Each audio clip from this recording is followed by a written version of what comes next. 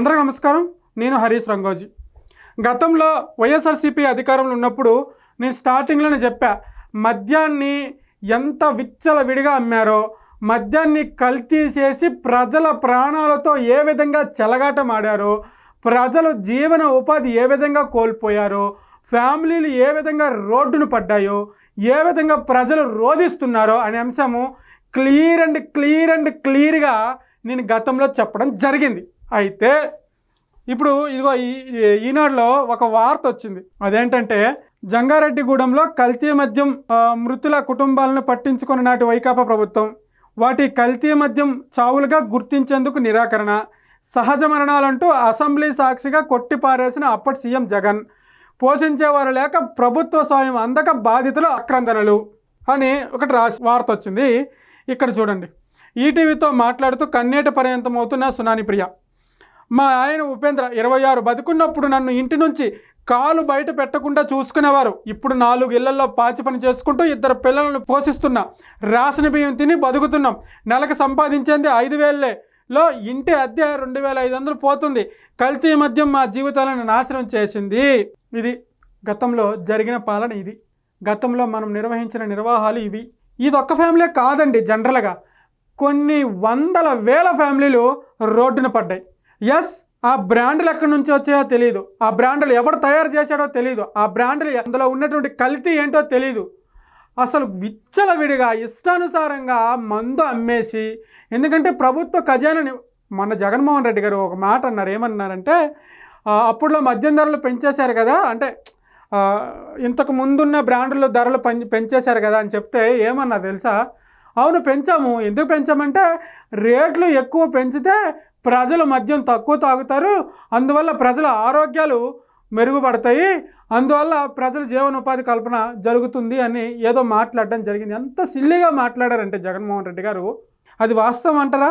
అంటే ప్రజల దగ్గర డబ్బులు లేవు, మేము పెంచేసాం, మేము పెంచేస్తే మేము తెచ్చిన బ్రాండ్లే తాగుతారు, మేము తయారు చేసినటువంటి మందే తాగుతారు అనే ఉద్దేశమే కదా ఇది. క్లియర్గా ప్రజల్లో అలా వెళ్ళింది కదా సంకేతం. మరి ఆ స్క్రిప్ట్ రాసినోడికి దండం పెట్టాల. అయితే ఓకే, ఇది ఈ ఫ్యామిలీ. ఈ వార్త ఇందులో వచ్చింది కదా, పాపము ఇంత రోధిస్తుంది ఈ తల్లి, మహాతల్లి. ఇదొక్క ఫ్యామిలీ కాదు, చాలామంది ఫ్యామిలీలు రోడ్డున పడిపోయి, చాలామంది ఫ్యామిలీలు చాలా ఇబ్బందులు పడారు. స్టిల్ ఇప్పుడు కూడా ఇబ్బందులు పడుతున్నారు. ప్రభుత్వం వాళ్ళకి ఆదుకుంటుంది, మెల్లమెల్లగా ఒక్కొక్కరి అట్లనే బయటకు వస్తున్నారు. అట్లా వచ్చిన వాళ్ళందరినీ ప్రభుత్వం ఆదుకోవడం జరుగుతుంది. అయితే ఈ వార్త ఇప్పుడు ఇది ఉంది కదా, ప్రధానమైన వార్త, ఇది సాక్షిలో కనబడుతుందో లేదో ఒకసారి చూద్దాం. మీ భూములు మా వ్యాపారం, రైతులపై సోలార్ పిడుగు, అక్రమ కేసులో మాజీ మంత్రి కాకాని అరెస్టు, నంద్యాల జిల్లా ఆవు మండలంలో శరవేగంగా సేకరణ, ఆపరేషన్ సింధూర్ బలమైన భారత్కు ప్రతీక, చంపిందేమో జూలకంటి అనుచరులు, కేశవం పిన్నెల పైన, ఆ నలుగురిలో నేను లేను, మాయావేదికపై మహా డ్రామా, ప్రైవేటుకు హరితార్పణం, మాజీ మంత్రి సిదిరికి వేలు చూపిస్తూ దురుసుగా ప్రవర్తిస్తున్న కాశీబుక్ రోడ్ల సిఐ తిరుపతిరావు. కనిపించదండి జనరల్గా, బుల్లెట్ ట్రైలు వస్తుంది, కనిపించదు.